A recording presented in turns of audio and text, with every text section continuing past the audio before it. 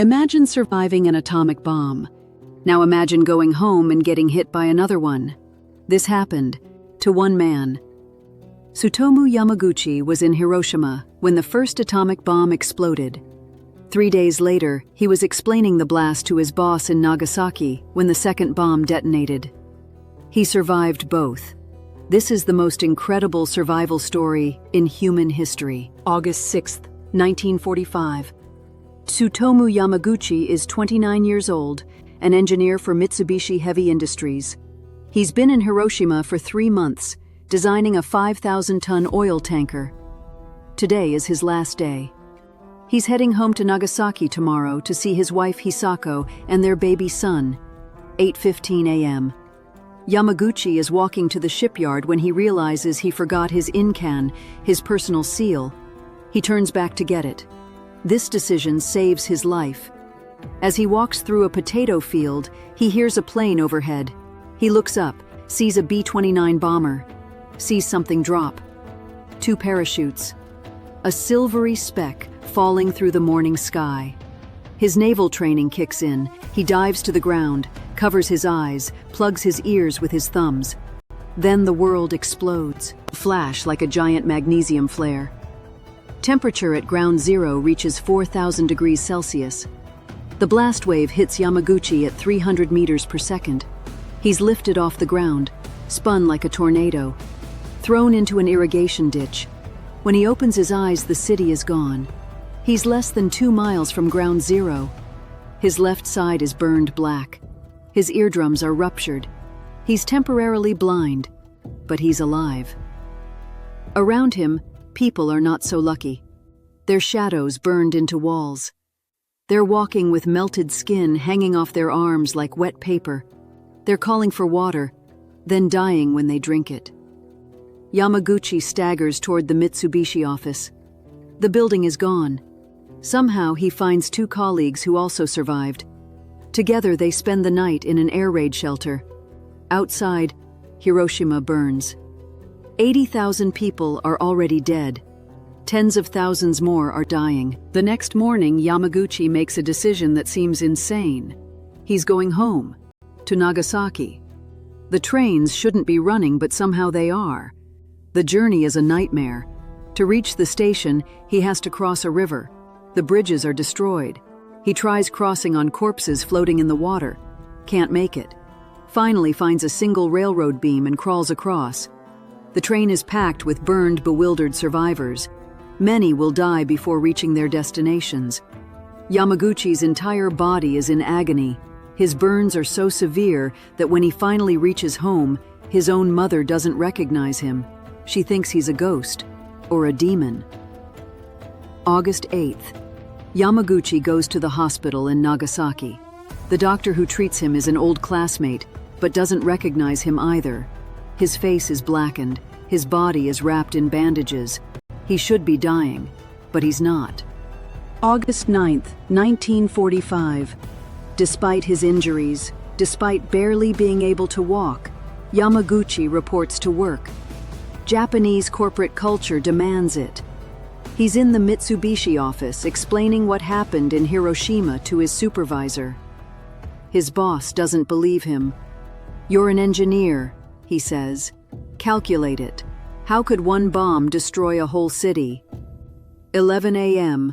Yamaguchi is mid-sentence when the room fills with white light. He knows this light. He thinks, "The mushroom cloud followed me from Hiroshima." He drops to the floor. The windows explode. The building shakes. But this time, he knows what to do. He tells his co-workers to get down, cover their eyes, plug their ears. His warning saves lives. 3 kilometers from ground zero again. The Fat Man bomb, more powerful than Hiroshima's little boy. 40,000 people die instantly, but Yamaguchi survives. Again. Now Yamaguchi has been hit by 2 atomic bombs in 3 days. The radiation dose should be fatal many times over. He rushes home through the ruins, finds his wife and son. They're alive but suffering from radiation poisoning. His wife was soaked in black rain. the radioactive fallout that fell after the blast. For weeks, Yamaguchi hovers between life and death. High fever, continuous vomiting, hair falling out in clumps, skin peeling off. His bandages fuse with his flesh. When nurses remove them, they take layers of skin with them. He's so sick that when Emperor Hirohito announces Japan's surrender on August 15th, Yamaguchi doesn't care. He just wants the pain to stop. How did he survive? Scientists still debate this. The radiation dose from just one bomb should have destroyed his DNA completely. Gamma rays break chemical bonds. They shatter chromosomes. They prevent cells from reproducing. Most people exposed to this much radiation die within days or weeks. But DNA has a remarkable ability. After 3 billion years of evolution, it's learned to repair itself. Yamaguchi's body somehow stitched its genetic material back together. Not perfectly, not without consequences, but enough to keep him alive. The mathematician in him calculated the odds. Roughly 160 people were in both cities during the bombings. Most were far from the blast zones. Only a handful were within the deadly 2-mile radius of both explosions. Of those, Yamaguchi is the only one officially recognized by the Japanese government as a Naiju Hibakusha, a twice-bombed person. Survival doesn't mean recovery. For years, Yamaguchi is wrapped in bandages. His daughter remembers him covered in gauze until she was 12.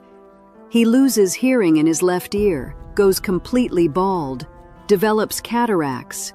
His immune system is destroyed and slowly rebuilds.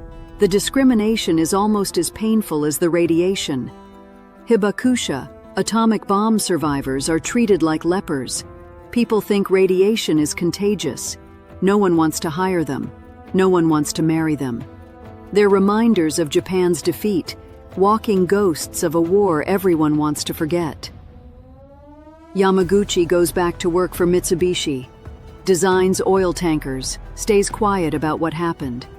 For decades, he tells no one he survived both bombs. Even when the government recognizes Hibakusha in 1957, his documents only mention Nagasaki. He's fine with this. He just wants to be normal. But radiation doesn't forget. His wife Hisako, also a Nagasaki survivor, battles radiation-related illnesses her whole life, dies in 2008 from kidney and liver cancer. Their son, Katsutoshi, born before the bombs, develops cancer, dies in 2005 at age 58. The 2 daughters born after the bombs suffer too. Constant illness, low white blood cell counts. They know their father's radiation exposure damaged their genes before they were even conceived.